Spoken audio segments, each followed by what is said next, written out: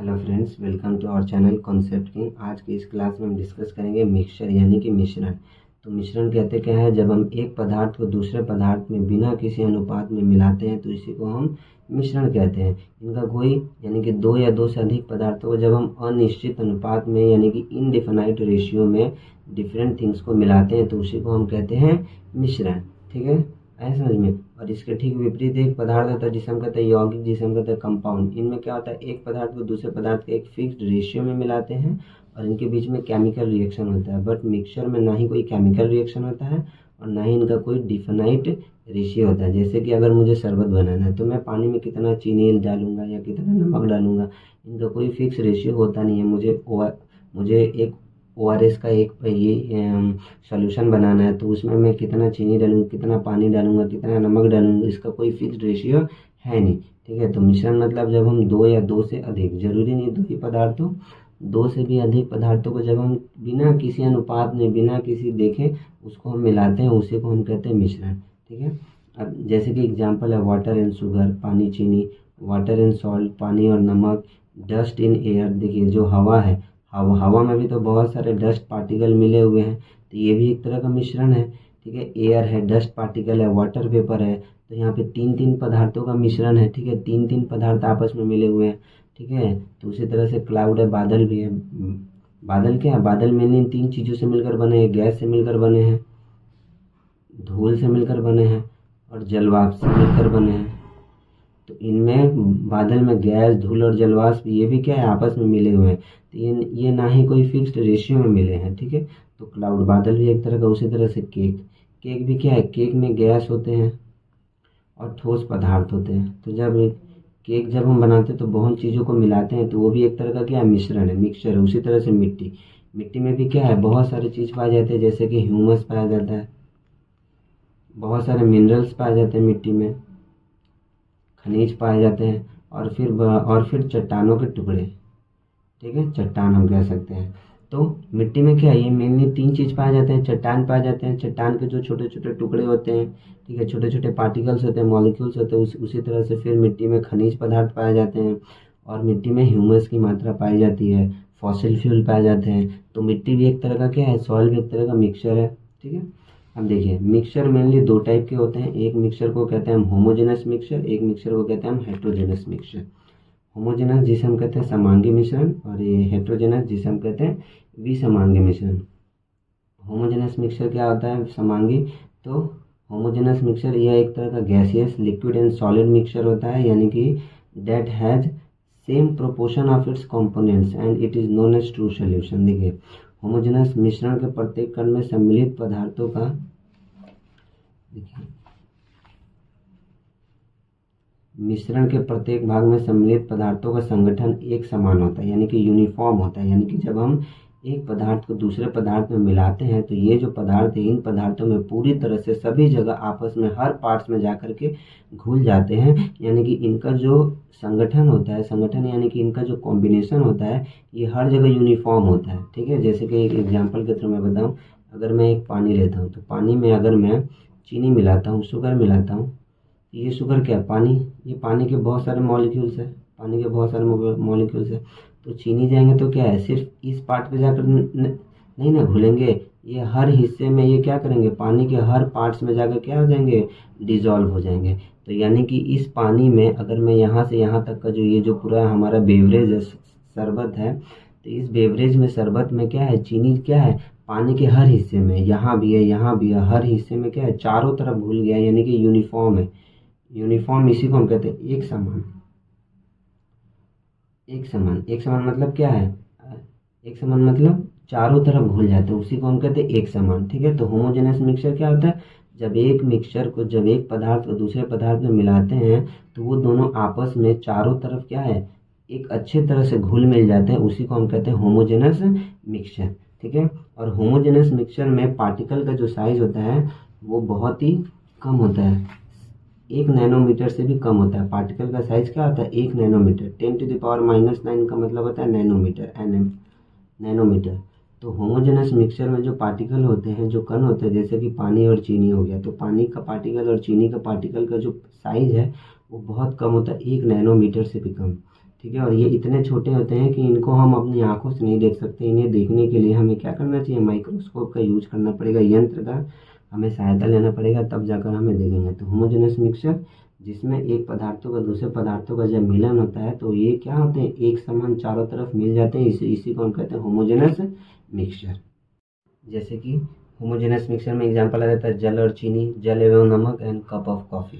ठीक है। ठीक इसके विपरीत अगर हम हेट्रोजेनस मिक्सचर का बात करें तो जिसे हम कहते हैं विषमांगी मिश्रण, तो इनमें दो पदार्थों या दो से दो अधिक पदार्थों का जो संगठन होता है, यानी कि संगठन माने कि उनका जो कॉम्पोजिशन होता है, स्ट्रक्चर होता है, वो एक समान नहीं होता है, यानी कि उनका डिफाइनाइट प्रोपोर्शन होता है। ठीक है, यूनिफॉर्म नहीं होता है, और इसे हम अपने आंखों से देख सकते हैं। It is seen by naked eyes.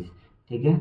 जैसे कि एक एग्जांपल के थ्रू मैंने यहाँ पर दिखाया है, जैसे देखिए ये पानी और डस्ट। ठीक है। पानी को जब हम मिट्टी में, यानी कि जब हम किसी पानी में मिट्टी को मिलाते हैं या बालू को मिलाते हैं तो वो क्या होगा, बालू क्या होगा, जा कर के एक सिर्फ तली पर जा कर के जम जाएगा। ठीक है। ये नीचे वाले हिस्से में जा कर क्या हो जाएगा, अपना सेडिमेंट बना लेगा, जम जाएगा। तो पानी यहाँ है और मिट्टी का पार्टिकल यहाँ है। सब जगह मिट्टी का पार्टिकल नहीं है, पानी के हर एक पार्टिकल में क्या है, मिट्टी का पार्टिकल नहीं है, यूनिफॉर्म नहीं है, यानी कि मिट्टी का पार्टिकल यहाँ है और पानी यहाँ है। तो इस मिक्सचर को हम कहते हैं हेट्रोजेनस मिक्सचर। और जैसे कि देखिए इस पानी में मैंने चीनी मिलाया, तो चीनी क्या है, पानी के हर एक हिस्सों में जाकर क्या होगा, घुल जाएगा। उसे कहते हैं हम हेट्रोजेनस मिक्सचर। एक और एग्जाम्पल देखिए, ये है होमोजेनस मिक्सचर, होमोजेनस, और ये हेट्रोजेनस। देखिए होमोजेनस में क्या हुआ, देखिए जैसे ये दो पार्टिकल है, एक रेड और एक ग्रीन, एक ब्लैक और एक रेड। ठीक है। तो ब्लैक और रेड में देखिए ये ब्लैक पार्टिकल फिर रेड पार्टिकल, ब्लैक फिर रेड। तो क्या है, हर जगह देखिए इनका एक रेशियो सेम है, ब्लैक के बाद रेड, ब्लैक के बाद red, black red, black red. तो ये क्या है, पार्टिकल क्या है, हर पार्टिकल क्या है, आपस में चारों तरफ मिले हुए।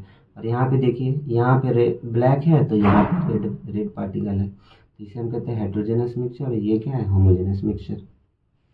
इसका एग्जांपल देख लीजिए होमोजेनस मिक्सचर का, जब हम पानी में तेल को मिलाते हैं, वाटर एंड ऑयल। तो जब हम पानी को तेल में मिलाते हैं तो पानी, जैसे ये पानी है, ठीक है, इस पानी में अगर मैं, ये पानी है यहाँ तक, इस पानी में अगर मैं ऑयल को डालता हूँ तो ऑयल क्या करेगा, ऑयल क्या है, पानी से भी क्या है, ऑयल पानी से भी ज़्यादा डेंस नहीं है, ये हल्का है। तो ये क्या होगा, ये पानी के ऊपर ही तैरने लगेगा, यानी कि ये पानी के अंदर जाके नहीं मिल पाएगा, ये पानी के ऊपर तैरने लगेगा।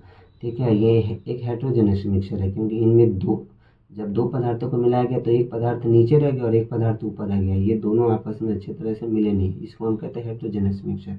उसी तरह से जब हम पानी में डस्ट पार्टिकल मिलाते हैं, ice cubes in a drink, जब कोई ड्रिंक है, ठीक है, कोई ड्रिंक में मैंने आइस क्यूब्स दे दिया, तो आइस क्यूब्स क्या है, चारों तरफ नहीं ना मिलेंगे, ये सिर्फ पानी के ऊपरी हिस्सों में ही तैरेंगे। उसके बाद सलाद, सलाद भी क्या है, एक तरह का मिक्सचर है, लेकिन क्या है, ये हेट्रोजेनस मिक्सचर है, हर क्या है, इनका समान रेशियो नहीं होता है। पिज्ज़ा हम बनाते हैं तो पिज्ज़ा में भी क्या है, ये गोल पिज्ज़ा है तो पिज्ज़ा में यहाँ पे कहीं टमाटर है, प्याज है, कहीं पे कॉर्न है। ठीक है।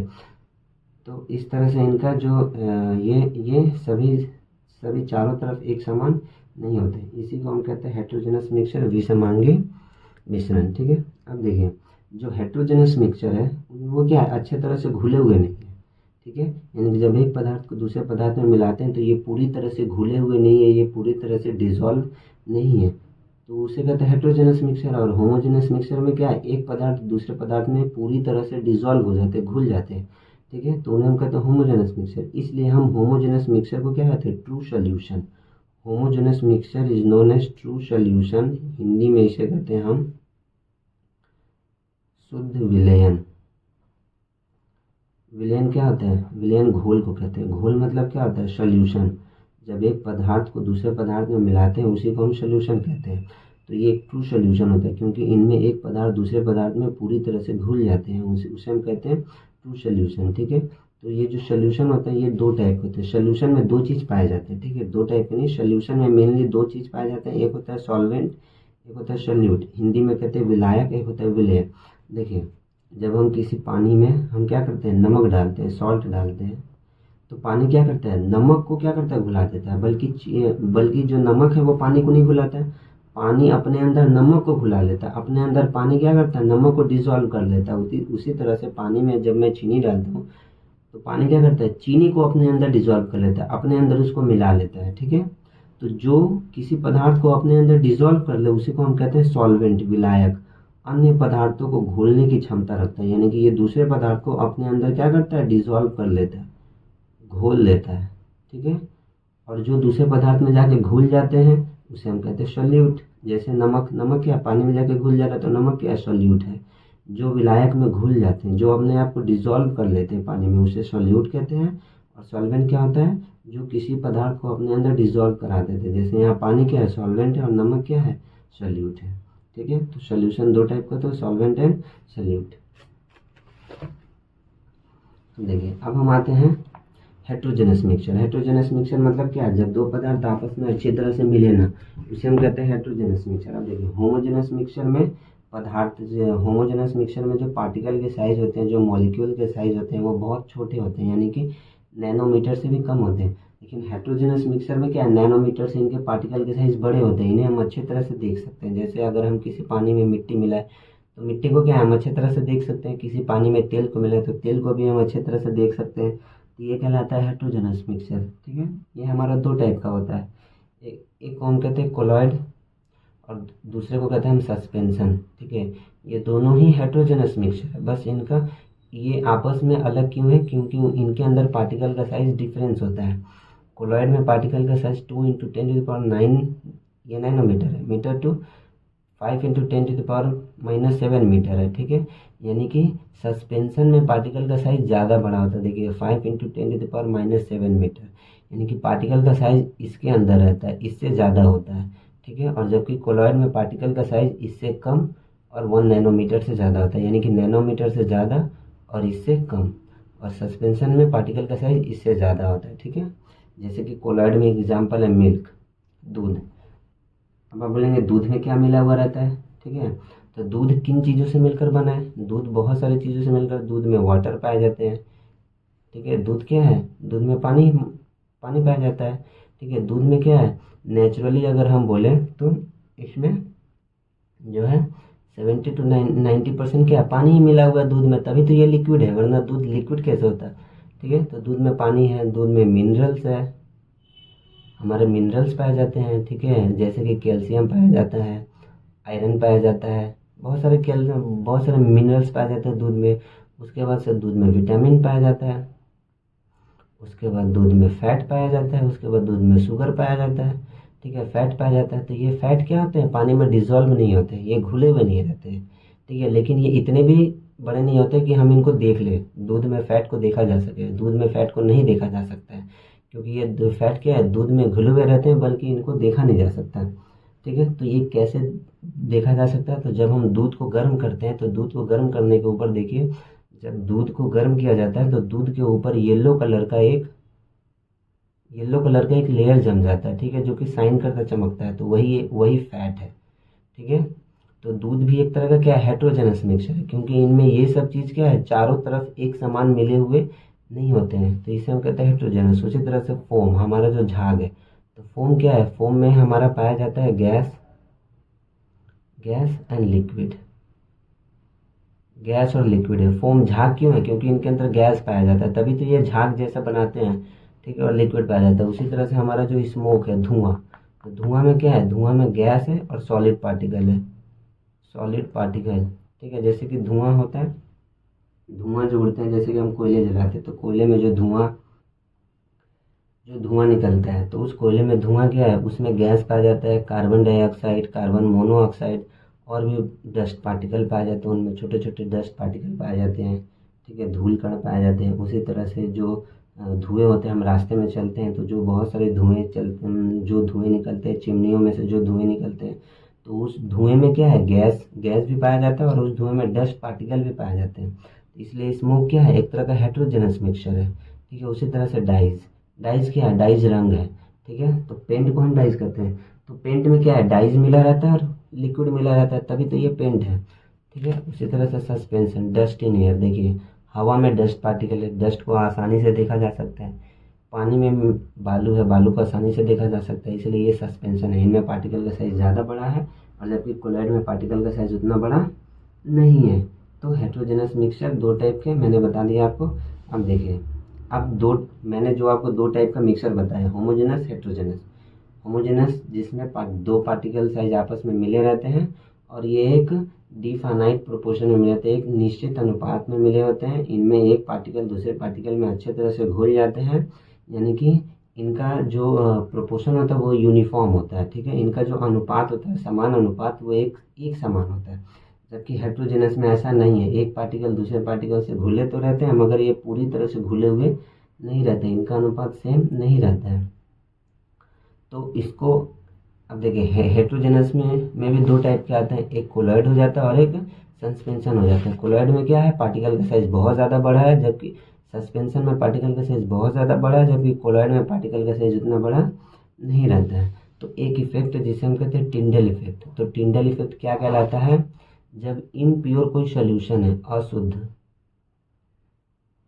जब कोई अशुद्ध विलयन है, अशुद्ध विलयन मतलब क्या, इस विलयन में कुछ ना कुछ इम्प्योरिटीज मिला हुआ है, ठीक है। जैसे कि आप नाली का पानी ले लो, ठीक है, तो जो ड्रेन वाटर होता है, नाली का पानी, उसमें क्या है, बहुत चीज़ गंदे गंदे पदार्थ मिले होते हैं, यानी कि जो गंदे पानी होते हैं। यानी कि जैसे देख लीजिए हमारे जो गंगा पानी है, तो गंगा का जो पानी है उसमें क्या है, बहुत सारे अशुद्धियाँ मिले हैं। उस गंगा का पानी में डस्ट पार्टिकल भी है, मिट्टी भी है, ठीक है, और भी बहुत सारे हानिकारक उसमें और भी बहुत सारे मिनरल्स भी पाए जाते हैं, हानिकारक मिनरल, हानिकारक खनिज, जैसे कि कैडमियम पाया जाता है, मरकरी पाया जाता है, ठीक है। तो ये सभी तो अशुद्ध विलयन जिसमें इम्प्योरिटीज़ पाया जाता है।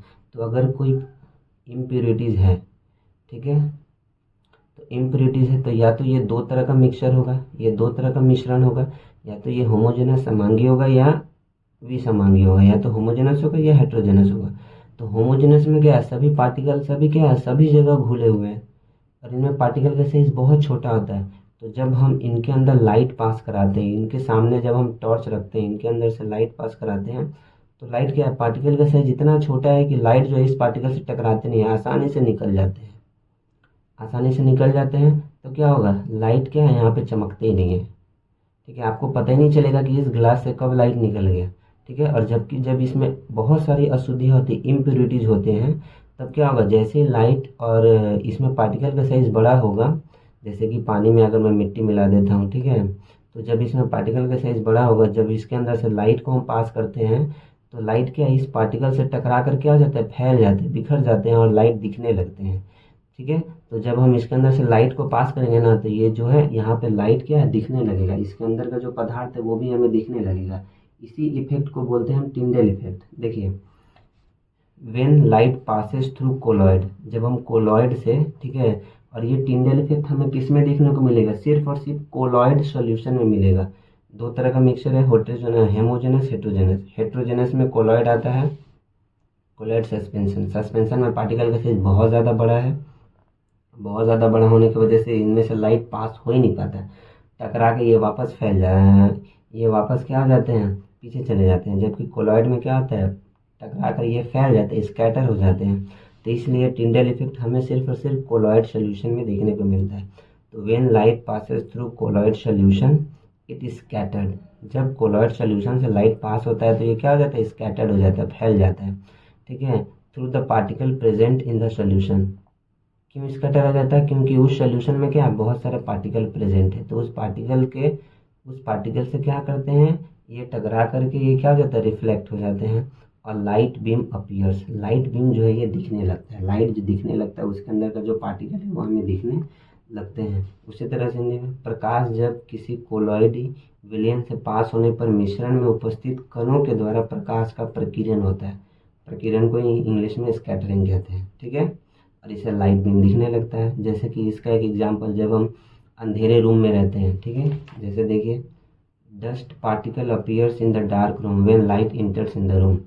जब कोई अंधेरा रूम है, ठीक है, या हम अंधे हैं, या हमारा जो रूम है, तो उस रूम के किसी एक कोने से जब लाइट, प्रकाश की किरणें जब आती है, ठीक है, ये रूम है, रूम के किसी एक कोने से जब प्रकाश की किरणें आती है, तो इस प्रकाश की किरणों के रास्ते में जितने भी छोटे छोटे पार्टिकल होते हैं जो हवा में तैरते रहते हैं, वो हमें दिखने लगता है, ठीक है, वो हमें दिखने लगता है। क्यों, क्योंकि इसी को हम कहते हैं टिंडल इफेक्ट। टिंडल इफेक्ट में क्या होता है, जैसे ही लाइट किसी पार्टिकल से टकराएगा तो लाइट क्या होगा, उस लाइट स्कैटर हो जाएगा, बिखर जाएगा और वो दिखने लगेगा, ठीक है। तो जब किसी रूम में किसी रूम के किसी भी कोने से जब लाइट आती है, तो उस लाइट के रास्ते में जितने भी क्या है, डस्ट पार्टिकल है, हवा में मौजूद है, वो हमें दिखने लगते हैं, ठीक है। उसी तरह से सिनेमा हॉलों में जो प्रोजेक्टर होता है, सिनेमा हॉल है, ठीक है, ये यहाँ पे सिनेमा हॉल है, यहाँ से प्रोजेक्टर यहाँ पे लाइट पास कर रहा है और हम यहाँ पे बैठ के क्या कर रहे हैं, मूवी देख रहे हैं।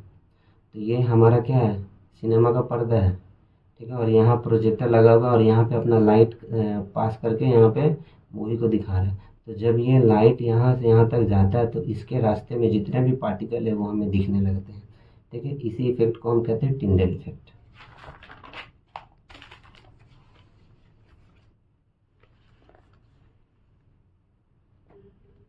अब देखिए, तो दो तरह का मिक्सचर हो गया, ठीक है। जब हम एक पदार्थ को दूसरे पदार्थ में मिलाते हैं तो उसी को हम मिश्रण कहते हैं। तो हमारे पदार्थ, हमारी इस पृथ्वी में बहुत सारी इम्प्योरिटीज़ है। जैसे कि देख लीजिए, जितने भी हम पानी पीते हैं, पानी कहाँ से आता है, नदियों से आते हैं।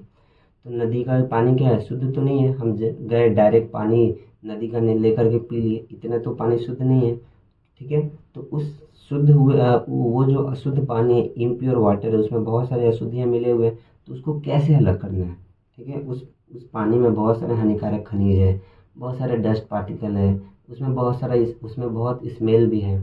तो उन सबको कैसे हम अलग करें, ठीक है। तो उस मिश्रण के अवयवों का पृथक्करण हम पढ़ेंगे। अवयव मतलब मिश्रण के अंदर जो मौजूद जो पार्टिकल है उसी को अवयव कहते हैं। तो मिश्रण के अंदर जो मौजूद पार्टिकल है उनको कैसे हम पृथक्करण मतलब अलग करें, ठीक है। सेपरेट मतलब क्या होता है, उसको अलग कर देना। कंपोनेंट्स ऑफ मिक्सचर यानी कि मिक्सचर के अंदर का जो कंपोनेंट्स है उसको कैसे सेपरेट करें, तो इसके बहुत सारे मेथड्स हैं, ठीक है। तो उस मेथड्स में हम पढ़ेंगे, इसके बहुत सारे मेथड्स हैं। जो कि सबसे पहला मेथड्स है क्रिस्टलाइजेशन, क्रिस्टलीकरण। क्रिस्टलाइजेशन क्या होता है, तो जब किसी मिक्सचर में, ठीक है, जब किसी मिक्सचर में कोई ठोस पार्टिकल मिला हुआ है, जैसे कि समुद्र का पानी, समुद्र के पानी में क्या है, नमक मिला हुआ है। तो नमक क्या है, ठोस है, सॉलिड है, ठीक है। तो जब समुद्र का पानी को जब हम लेते हैं, उस पानी में क्या, वाटर में क्या है, सॉल्ट मिला हुआ है, नमक मिला हुआ है। तो उसको कैसे अलग करेंगे, उसको क्रिस्टलीकरण से अलग करेंगे। इस क्रिस्टलाइजेशन में क्या होता है, जो लिक्विड में जो सॉलिड पाया जाता है, ठीक है, लिक्विड में जब सॉलिड पाया जाता है तो जब हम इसको गर्म करते हैं, हीट करते हैं, तो हीट करने के पश्चात क्या होता है, जो लिक्विड है, पानी है, वो तो वेपर बन के क्या हो जाता है, हवा में उड़ जाता है। लेकिन जो सॉलिड पार्टिकल है वो कांच की तरह क्रिस्टल बन जाते हैं, ठीक है, वो सॉलिड बन जाते हैं। तो इस तरह से जो दो पदार्थ था, पानी ऊपर वेपर बन के निकल गया और जो नमक था हमारा वो क्या है, सॉलिड के रूप में क्रिस्टल बन के वो क्या हो जाता है, वहाँ पे यानी कि उसी तली में जमा हो जाता है। तो इस तरह से हम उस पदार्थ को अलग कर लेते हैं। तो समुद्र के पानी से इस तरह से नमक को अलग किया जाता है। तो अगर पूछेगा कि समुद्र के पानी में से नमक यानी कि नमक बनाने का जो प्रोसेस है, नमक हम किस मेथड से बनाते हैं, तो नमक हम क्रिस्टलाइजेशन मेथड से बनाते हैं, ठीक है। उसी तरह से जो दूसरा प्रोसेस है डिस्टिलेशन। देखिए, क्रिस्टलाइजेशन कब किया जाता है अलग, जब किसी एक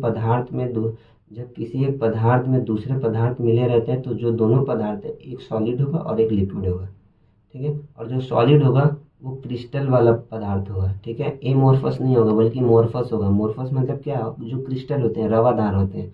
इसको हिंदी में हम रवादार बोलते हैं, रवादार मतलब समझ रहे हैं ना, ठीक है, जो क्रिस्टल के फॉर्म में होते हैं। तो क्रिस्टलाइजेशन मेथड से हम उन्हीं दो पदार्थों को अलग करते हैं जब किसी लिक्विड में सॉलिड पार्टिकल पाया जाए और वो सॉलिड पार्टिकल जो है क्रिस्टल फॉर्म में होते हैं यानी कि मोर्फस फॉर्म में होते हैं, ठीक है। उसी तरह से दूसरा मेथड जो है उसे हम कहते हैं डिस्टिलेशन, जिसे हम कहते हैं हिंदी में आसवन। डिस्टिलेशन प्रोसेस क्या होता है, डिस्टिलेशन प्रोसेस में जब दो पदार्थ आपस में मिले हुए रहते हैं और दोनों पदार्थों का बॉइलिंग टेम्परेचर अलग हो जाता है। तो इस मेथड से हम डिस्टिलेशन मेथड से हम उस पदार्थों को अलग करते हैं, ठीक है। जब दो बॉइलिंग पॉइंट वाले अलग अलग पदार्थ आपस में मिले हुए रहते हैं, उनका डेंसिटी भी अलग होता है। तो जब उसको गर्म किया जाता है, तो जब डिस्टिलेशन को गर्म किया जाता है तो क्या होगा, जो लो बॉइलिंग पॉइंट वाले हैं, जिनका क्वथनांक बहुत कम है, तो क्या हो जाएंगे, बहुत जल्दी गर्म हो जाएंगे, बहुत जल्दी हीट हो जाएंगे और वो वेपर में भी चेंज हो जाएंगे। और जिनका हाई बॉइलिंग पॉइंट है, ठीक है, जब जिनका हाई बॉइलिंग पॉइंट है, उच्च क्वथनांक है, तो उनको बहुत ज़्यादा टेम्परेचर देंगे तब जाकर वो भाप बनेंगे। तो डिस्टिलेशन में क्या होता है, जैसे हीट किया जाता है तो जिनका कम वाष्प यानी कि जिनका कम क्वथनांक होता है वो बहुत जल्दी गर्म होके हीट बन के भाप बन के वो ऊपर उड़ जाते हैं यानी कि निकल जाते हैं, और जिनका हाई बॉइलिंग पॉइंट होता है, हाई क्वथनांक होता है, वो नीचे ही रहते हैं। तो इस तरह से दो पदार्थ अलग हो गए। ठीक है, सेम इस तरह से आप ले लीजिए। ठीक है, डिस्टिलेशन मेथड। तो अब ये जो डिस्टिलेशन मेथड है ये 3 टाइप के होते हैं, fractional distillation, steam distillation, simple distillation. आगे हम पढ़ेंगे ये 3 टाइप के होते हैं। इसका एक मैं आपको एग्जांपल दे दूं तो इसका एग्जांपल है कच्चा तेल, क्रूड ऑयल। तो जो क्रूड ऑयल होते हैं, क्रूड ऑयल में बहुत सारे पदार्थ मिले रहते हैं। क्रूड ऑयल में आपका डीजल भी होता है, क्रूड ऑयल में केरोसिन भी होता है, क्रूड ऑयल में पेट्रोलियम गैस भी होता है, क्रूड ऑयल में और बहुत सारे हैवी ऑयल रहता है, और बहुत सारे लाइट ऑयल रहता है, एस्फाल्ट रहता है, उसमें ग्लिसरीन होता है, नेप्थलीन होता है। तो क्रूड जो कच्चा तेल होता है, उस कच्चे तेल में बहुत सारे पदार्थ मिले हुए रहते हैं, और उन सभी पदार्थों का बॉइलिंग पॉइंट अलग अलग होता है। जैसे पेट्रोल जो है, पेट्रोल का जो बॉइलिंग पॉइंट है वो आपका 30 से 70 डिग्री टेम्परेचर है, जबकि डीजल का जो है आपका 300 है।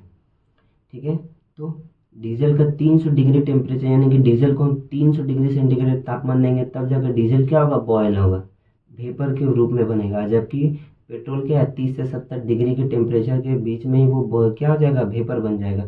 तो पेट्रोल को हम कम तापमान देके उसको वेपर बना देंगे। तो अगर उस सोल्यूशन को हम 50 डिग्री तापमान देते हैं तो 50 डिग्री में डीजल क्या होगा, सॉलिड रूप में ही रहेगा, और जबकि पेट्रोल क्या होगा, गैस बन जाएगा। तो पेट्रोल गैस बन के ऊपर चला जाएगा, निकल जाएगा, और डीजल नीचे का नीचे रह जाएगा। तो इस तरह से हम पेट्रोल और डीजल को अलग कर दिए। ठीक है, तो डिस्टिलेशन मेथड में हम क्या करते हैं, दो बॉइलिंग यानी कि उस मिश्रण में जब बहुत सारे पदार्थ आपस में घुले हुए रहते हैं और उनका बॉइलिंग पॉइंट अलग होता है, तो इस मेथड से हम डिस्टिलेशन के थ्रू उसको हम अलग करते हैं।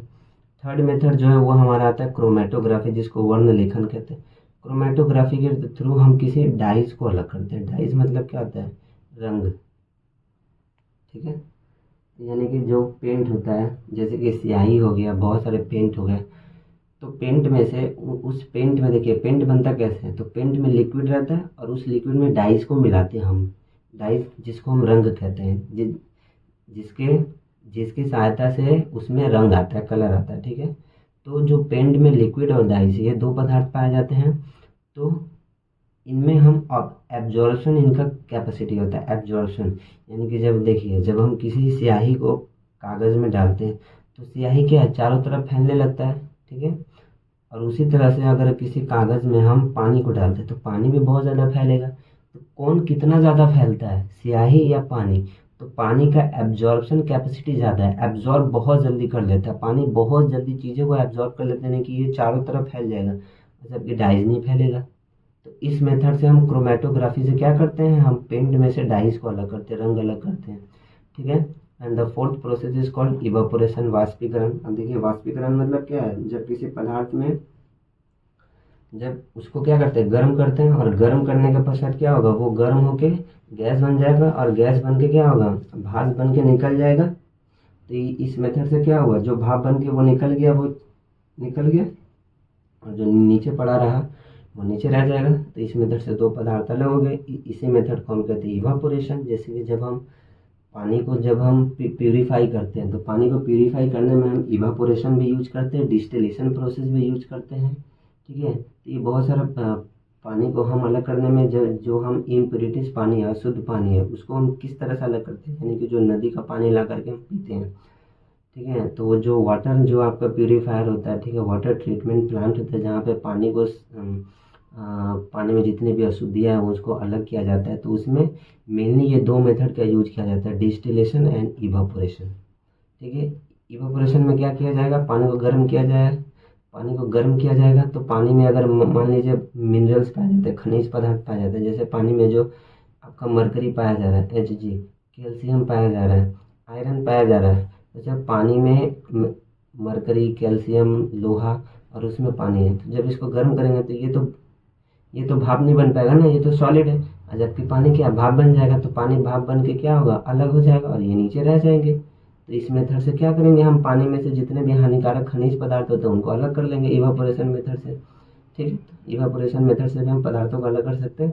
और पांचवा जो है सब्लिमेशन। अब देखिए साइंस में एक वर्ड होता है सब, जिसे हम कहते हैं ऊर्ध्वपातन, सब्लिमेशन क्या प्रोसेस होता है, देखिए जब इस पृथ्वी पे क्या है, पदार्थ अपने तीन तीन स्टेटस में, यानी कि इनका तीन स्टेटस है, एक सॉलिड, एक लिक्विड और गैस। तो जब भी एक पदार्थ अपने एक फॉर्म से जब चेंज होते हैं तो दूसरे फॉर्म में आते हैं, यानी कि डायरेक्ट वन से लेके थर्ड में नहीं यानी कि नहीं जाते हैं। ठीक है, जैसे कि आपका बर्फ़ हो गया, सॉलिड फॉर्म में है, तो जब बर्फ़ को हम गर्म करेंगे तो बर्फ़ डायरेक्ट तो गैस नहीं ना बन जाता है, बर्फ़ पहले क्या होगा, गर्म होकर लिक्विड बनेगा, फिर उस लिक्विड को गर्म करेंगे तब जाके गैस बनेगा। लेकिन जो पदार्थ डायरेक्ट सॉलिड से गैस चेंज हो जाते हैं, इसी प्रोसेस को हम कहते हैं सब्लिमेशन। ठीक है, सब्लिमेशन समझ आया? तो जो पदार्थ डायरेक्ट सॉलिड से गैस बन गया, यानी कि सॉलिड था उनको गर्म किया, डायरेक्ट वो गैस बन के निकल गया, उसी को सब्लिमेशन कहते हैं। जैसे कि नेप्थलीन, कपूर का गोली, तो जब आप कपूर को जलाते हैं तो कपूर क्या लिक्विड बनता है? नहीं ना, कपूर को जलाते ही वो धुआं बन के निकल जाता है, गायब हो जाता है। तो इसी प्रोसेस को हम कहते हैं सब्लिमेशन। ठीक है, सब्लिमेशन में क्या होता है, जब किसी पदार्थ को गर्म किया जाता है वो सॉलिड होता है और वो गैस बन के निकल जाता है, उसी को कहते हैं सब्लिमेशन। जैसे कि ड्राई आइस भी एक एग्जाम्पल है आपका, ड्राई आइस। ठीक है, जिसे हम कहते हैं सूखा बर्फ, शुष्क बर्फ, ये कार्बन डाइऑक्साइड होता है। ठीक है, तो ड्राई आइस भी क्या होता है, ये आपका ड्राई आइस है, यानी कि सॉलिड कार्बन डाइऑक्साइड है, सॉलिड है ये ठोस अवस्था में, जैसे ही इसको हवा में रखेंगे ये धुआं बन के उड़ जाएगा। तो ये भी क्या है, सब्लिमेशन है। समझ में? तो सब्लिमेशन में क्या होगा, जब किसी पदार्थ में, वो पदार्थ क्या है, अगर कोई सब्लिमेटरी पदार्थ है, ऊर्ध्वपातन पदार्थ है, तो उसको गर्म करते ही वो पदार्थ क्या होगा, सॉलिड से डायरेक्ट गैस में बन के निकल जाएगा। तो आसानी से, और जो इम्प्योरिटीज़ है वो क्या होगा, सॉलिड से पहले लिक्विड में बदलेगा, तो वो लिक्विड के रूप में नीचे रह जाएगा, और जो गैस बन के चला गया वो ऊपर निकल गया, अलग हो गया। तो उसको हम अलग कर लेंगे। तो इस तरह से पदार्थों को अलग किया गया। उसके बाद जो 6 नंबर में है उसे को हम कहते हैं सेडिमेंटेशन एंड डिकेंटेशन। ठीक है, इसको ये जो मेथड है, इस मेथड से जब किसी एक पदार्थ में दूसरे पदार्थ मिले रहते हैं और जो दूसरा पदार्थ मिला हुआ है उस पार्टिकल का साइज बहुत ज़्यादा बड़ा है, उसे हम आसानी से देख सकते हैं। ठीक है, तो इस मेथड के द्वारा हम सेडिमेंटेशन प्रोसेस से हम करते हैं। जैसे कि पानी में क्या है, मिट्टी मिला हुआ है, पानी में बालू मिला हुआ है, तो पानी में मिट्टी मिला है तो हम उस मिट्टी को आसानी से देखा जा सकता है पानी में। ठीक है, तो क्या करते हैं, जब पानी को क्या करते हैं, स्थिर रख देते हैं, यानी कि उसको रख देते हैं। जब पानी एक जगह स्थिर हो जाता है, जम जाता है, तो क्या होगा, उस पानी में जितनी भी मिट्टी मिला हुआ है वो क्या है, पानी के नीचे जम जाएगा और पानी ऊपर रह जाएगा। तो इस तरह से पानी को हम अलग कर लेंगे और मिट्टी को अलग कर लेंगे। तो सेडिमेंटेशन मतलब क्या, वो नीचे जम गया, सेडिमेंट हो गया, और डिकेंटेशन मतलब क्या, जो वो ऊपर रह गया। ठीक है, जैसे कि ये पानी है, पानी में क्या, नीचे मिट्टी है, ये सेडिमेंट हो गया, और ये जो पानी ऊपर तैर रहा है ये हो गया डिकेंटेशन। ठीक है, तो सेडिमेंटेशन और डिकेंटेशन के थ्रू हम उसी को अलग करते हैं जिनमें पार्टिकल का साइज बहुत ज़्यादा बड़ा होता है। ठीक है, उसके बाद जो लास्ट प्रोसेस है, लास्ट मेथड है, उसको हम कहते हैं सेंट्रीफ्यूगेशन, अपकेंद्र बल। ठीक है, अब देखिए साइंस में दो टाइप के फोर्स होते हैं, एक होता है सेंट्रीफ्यूगल बल, एक होता है सेंट्रीपिटल फोर्स। सेंट्रीपिटल जिसे हम कहते हैं अभिकेंद्रीय बल। तो दो तरह का बल होता है, जब हम किसी सेंटर में किसी गोल, ठीक है, ये कोई सर्कल है, तो जब सर्कल में केंद्र की तरफ बल लगता है, हम दौड़ रहे हैं और हम यहाँ झुक जा रहे हैं, केंद्र की तरफ झुक जा रहे हैं, तो इसे क्या कहते हैं हम सेंट्रीपिटल, केंद्र की तरफ बल लग रहा है। ठीक है, और जब हम दौड़ रहे हैं, जब हम बाहर की तरफ क्या हो जा रहे हैं, गिर जा रहे हैं, तो इसे हम कहते हैं सेंट्रीफ्यूगल फोर्स, यानी कि हम बाहर की तरफ फेंका जा रहे हैं, इसे हम कहते हैं अपकेंद्र बल, बाहर की तरफ चले जा रहे हैं। ठीक है, जैसे कि कोई बस है, तो जब बस को क्या है, टर्निंग पे मुड़ता है, तो जैसे टर्निंग पे मुड़ते क्या है, हम बाहर की तरफ फेंका जाते हैं। ठीक है, इसे हम कहते हैं सेंट्रीफ्यूगल फोर्स, अपकेंद्र बल। जो कि बस जो है वो केंद्र की तरफ चला जाता है, केंद्र की तरफ उसका झुकाव हो जाता है, उसे हम कहते हैं सेंट्रीपिटल फोर्स। अब देखिए इस प्रोसेस को कैसे हम अलग किया जाता है। इस प्रोसेस को हम क्या करते हैं, इस प्रोसेस को हम, यानी कि जो हम दूध से मक्खन निकालते हैं, ठीक है, दूध से हम क्या करते हैं, मक्खन निकालते हैं, तो इस प्रोसेस को थ्रू करते हैं। आप देखिएगा दूध से मक्खन निकालने का प्रोसेस क्या है, कोई बड़ा सा ये क्या है, पात्र हम ले लिए, ठीक है, टैंक ले लिए बड़ा सा। अब इसमें क्या करेंगे, हम दूध डाल देंगे और बीच में क्या करेंगे, डंडा डाल देंगे, और इस डंडे में रस्सी लगा देंगे, और इस रस्सी से क्या करेंगे, डंडे को गोल गोल घुमाएंगे। तो घुमाने की वजह से क्या हुआ, बीच में जैसे इसको घुमा रहे हैं तो दूध भी चारों तरफ घूम रहा है, घूमने की वजह से दूध के अंदर का जो मक्खन है, फैट है, वो क्या है, या तो बीच में एक जगह इकट्ठा हो जाएगा, या तो इस पात्र के चारों तरफ फैल जाएगा, यानी कि ये क्या होगा, चारों तरफ घूमेगा नहीं। जैसे ही इसको घुमाएंगे तो ये क्या होगा, बाहर की तरफ जाके पात्र में जाके उसमें चिपक जाएगा, और नहीं तो ये जो डंडा है इस डंडे में आके चिपक जाएगा। ठीक है, तो सेंट्रीफ्यूगेशन मतलब बाहर की तरफ जा रहा है, तो ये डंडा में आके नहीं चिपकेगा बल्कि ये पात्र के चारों तरफ चिपक जाएगा। तो जो यहाँ पे एकत्र हुआ है इसको क्या करेंगे, हम इसको कलेक्ट कर लेंगे और इस तरह से दूध में से मक्खन अलग हो गया। ठीक है, तो सेंट्रीफ्यूगेशन मतलब क्या होता है, जैसे किसी सॉल्यूशन को, किसी घोल को जब हम घुमाते हैं, ठीक है, उनको जब जैसे हम घुमाते हैं घोल, तो घुमाने के पश्चात क्या है, उनमें जो पदार्थ है वो सेंट्रीफ्यूगल फोर्स के कारण, अब केंद्र बल के कारण वो केंद्र से बाहर भाग जाते हैं और बाहर भाग के क्या है, पात्र के चारों तरफ क्या आ जाते हैं, चिपक जाते हैं। इस तरह से हम पदार्थ को अलग कर देते हैं, इसे हम कहते हैं सेंट्रीफ्यूगेशन फोर्स। अब देखिए, ये था पूरा आपका 7 प्रोसेस के थ्रू हम इम्प्योरिटीज को अलग करते हैं। अब इस 7 प्रोसेस में हम डिस्टिलेशन को अच्छे से पढ़ेंगे। देखिए, डिस्टिलेशन में मैंने क्या बताया था, अब मिक्सचर ऑफ 2 लिक्विड, 2 हो या 3 हो, 2 या 3 समझ लीजिए आप, या मोर समझ लीजिए, 2 या मोर। ठीक है, मिक्सचर ऑफ 2 या more liquids which differ in their boiling points, वो क्या होते हैं, अलग होते हैं उसके बॉइलिंग पॉइंट में, nearly by 30 degree centigrade and more. यानी कि एक ऐसा, यानी कि जैसे मान लीजिए पानी है, ठीक है, और इस पानी में क्या है, आपका बॉइलिंग पॉइंट है ना, तो पानी में आप मान लीजिए, हाँ देखिए पानी है, तो मान लीजिए जैसे देखिए हम अल्कोहल को पानी में जब मिलाते हैं, ठीक है, जब हम अल्कोहल को पानी में मिलाते हैं, पानी और अल्कोहल क्या है, दोनों क्या है, ये हाइड्रोफिलिक है। अल्कोहल क्या, हाइड्रोफिलिक, हाइड्रोफिलिक मतलब पानी की तरफ अट्रैक्ट होता है, ये पानी से दूर नहीं भागता है। तो जो हाइड्रोफिलिक होता है वो पानी से घुल जाते हैं, यानी कि 2 पदार्थ होते हैं, एक हाइड्रोफिलिक, एक होता है हाइड्रोफोबिक। हाइड्रोफिलिक मतलब जो पानी में घुल जाते हैं वो हाइड्रोफिलिक होते हैं, तभी तो वो पानी के पास जाते हैं। और हाइड्रोफोबिक मतलब जो पानी से दूर जाते हैं तो वो पानी में घुलते ही नहीं है। ठीक है, जैसे बालू को डाल दीजिए पानी में, तो क्या होगा, बालू क्या होगा, पानी में घुलेगा ही नहीं। ठीक है, वो क्या हाइड्रोफोबिक है। तेल को आप पानी में डाल दीजिए, ऑयल को, तो तेल क्या पानी में घुलेगा, नहीं घुलेगा, वो हाइड्रोफोबिक है, वो पानी से दूर भागेगा।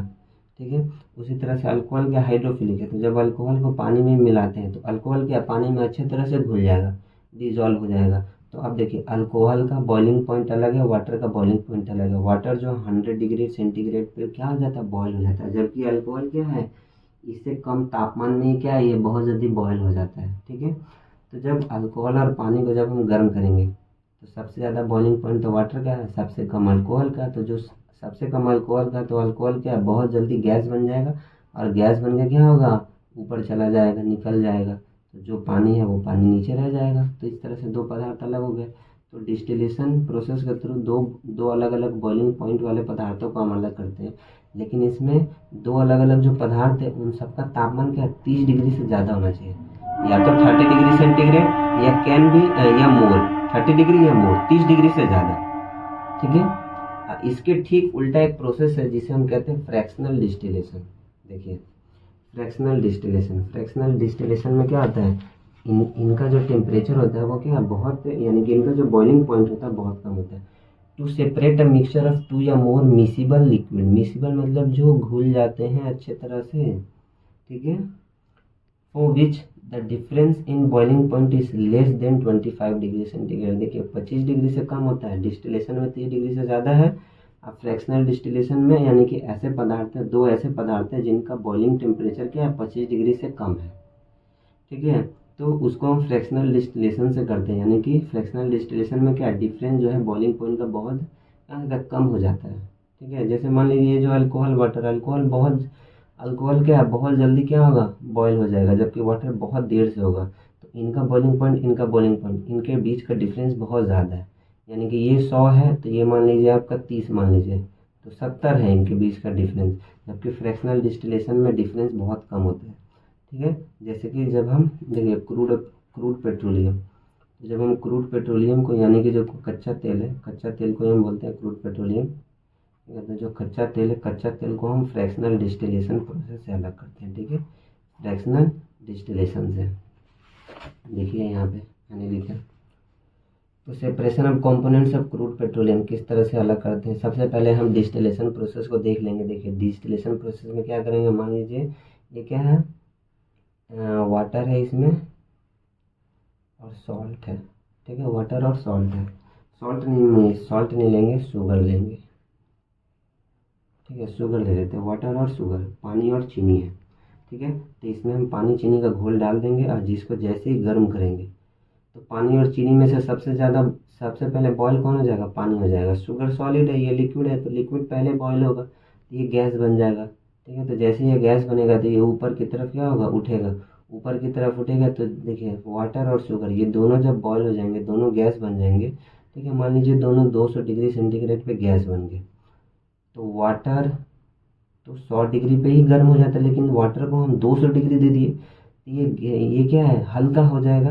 और जबकि शुगर क्या है, गैस है, बल्कि गैस है, दोनों ही गैस फॉर्म में हो गए। लेकिन वाटर का टेम्परेचर ज़्यादा है, शुगर का टेम्परेचर कम है, जिसकी वजह से शुगर जो गैस पार्टिकल है वो हेवी होगा, जबकि वाटर का क्या होगा, लाइट होगा, हल्का होगा।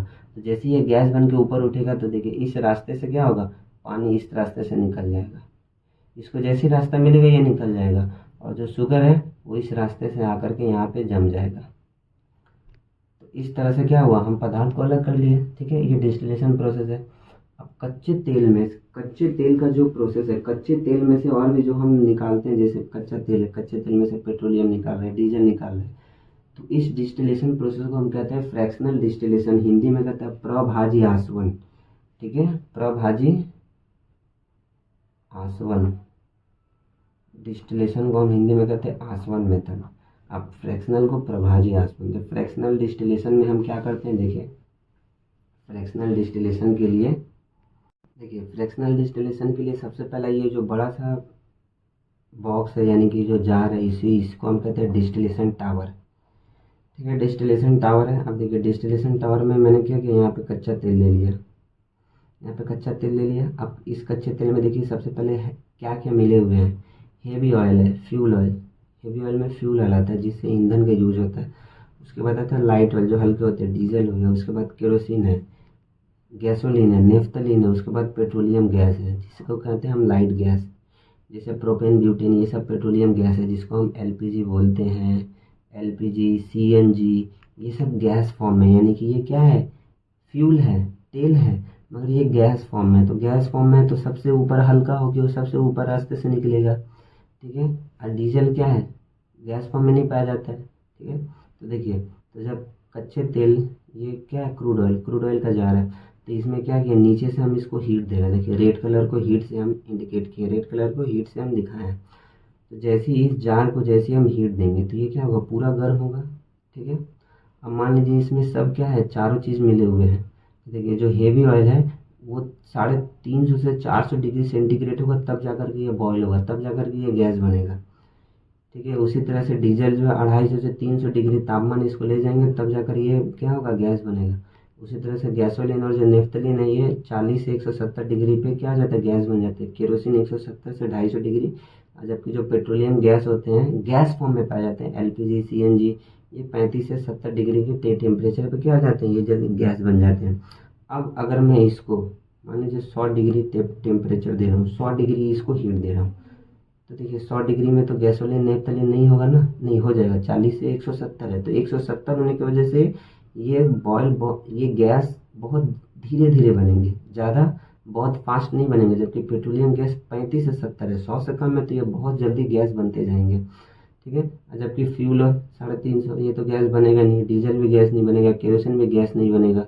तो जैसे ही इसको 100 डिग्री टेम्परेचर देंगे तो इसमें से जो पेट्रोलियम गैस है वो गैस बन के यहाँ से क्या होगा, कोई भी वस्तु, जब कोई भी पदार्थ को जब हम टेम्परेचर हीट करते हैं, गर्म करते हैं, गर्म करने के पश्चात वो हल्का हो जाता है। और जैसे ही हल्का होगा, कोई भी पदार्थ हल्का होगा तो वो जमीन पर रहेगा नहीं, वो ऊपर उड़ते चला जाएगा, ऊपर चलते जाएगा, ऊपर चलते चलते क्या होगा, वो जितना ज़्यादा हल्का होगा उतना ज़्यादा ऊपर जाएगा। तो जैसे ही इसको हम 100 डिग्री टेम्परेचर दिए, 100 डिग्री टेम्परेचर में पेट्रोलियम जो है वो गैस बन के क्या होगा, इस रास्ते के थ्रू ऊपर से यहाँ से निकल जाएगा। तो इसमें से जितना पेट्रोलियम गैस था वो यहाँ से निकल जाएगा। अब टेम्परेचर और बढ़ाते हैं हम, 200 डिग्री अब इसको हीट देते हैं। तो 200 डिग्री में देखिए नेफ्थलीन और गैसोलीन क्या होगा, गैस बन जाएगा। तो इसमें जितना भी नेफ्थलीन, गैसोलीन था वो इस रास्ते से निकल के इस रास्ते से क्या होगा, गैसोलीन निकल जाएगा, नेफ्थलीन निकल जाएगा। उसी तरह से केरोसिन 170 से 250, तो जैसे हम इसको 300 डिग्री पहुँचाएंगे, 300 में केरोसिन निकलेगा, तो इस तरह से अलग अलग टेम्परेचर वाले से क्या होगा, इस तरह से हम इस कच्चे तेल में से जो भी बहुत सारे पदार्थ मिले हुए रहते हैं वो निकल जाते हैं, और जो बचा हुआ पदार्थ वो यहाँ पे तली में जम जाता है और इस रास्ते से निकल जाता है। इसको हम कहते हैं रेसिड्यू, यानी कि बचा हुआ, रिमेनिंग। अब इस बचे हुए में से क्या क्या बनता है, देखिए एस्फाल्ट बनता है, एस्फाल्ट, ठीक है, एस्फाल्ट बनता है। अब इस एस्फाल्ट का यूज क्या है, तो जो हम रास्ते बनाते हैं सड़क निर्माण में, ये जो जो हम अलकतरा का यूज करके रास्ता बनाते हैं ना, तो ये एस्फाल्ट रोड होता है, ठीक है। इस रोड को हम बोलते हैं एस्फाल्ट रोड। तो इस एस्फाल्ट से हम क्या करते हैं, हम रोड बनाते हैं, सड़क निर्माण में इसका प्रयोग किया जाता है, ठीक है। तो इस प्रोसेस को हम कहते हैं फ्रैक्शनल डिस्टिलेशन, यानी कि हम इसको अलग तो कर रहे हैं डिस्टिलेशन मेथड से, ठीक है, अलग अलग बॉइलिंग पॉइंट वाले पदार्थों को अलग तो कर रहे हैं, मगर फ्रैक्शनल कर रहे हैं, टुकड़ों के रूप में कर रहे हैं। देखिए इसको हम डिवाइड कर देना 1 2 3 4 5 रूप में, ठीक है। इसी को हम कहते हैं फ्रैक्शनल डिस्टिलेशन। अलग अलग टेम्परेचर वाले, जब उस पदार्थ में बहुत सारे पदार्थ मिले रहते हैं, सबका बॉइलिंग टेम्परेचर अलग अलग होता है, तो उसको हम फ्रैक्शनल डिस्टिलेशन के प्रोसेस से उसको हम अलग करते हैं, ठीक है। तो ये रहा ये पूरा चैप्टर का वीडियो। अगर आपको ये चैप्टर अच्छा लगा, ये वीडियो अच्छा लगा, तो आप इसे लाइक कीजिए, अपने दोस्तों के साथ शेयर कीजिए, और आप अगर इस चैनल में नए हैं तो इसको सब्सक्राइब कर दीजिए। और आपको जो मैंने ये पढ़ाया इस चैप्टर का, ये जो पूरा PDF है वो आपको डिस्क्रिप्शन में मिल जाएगा। मैं आपको डिस्क्रिप्शन में लिंक दे दूँगा, आप चाहे तो वहाँ से इसका पूरा जो मैंने पढ़ाया इसका पूरा PDF आपको मिल जाएगा, ठीक है। तब मिलते हैं अब नेक्स्ट वीडियो में।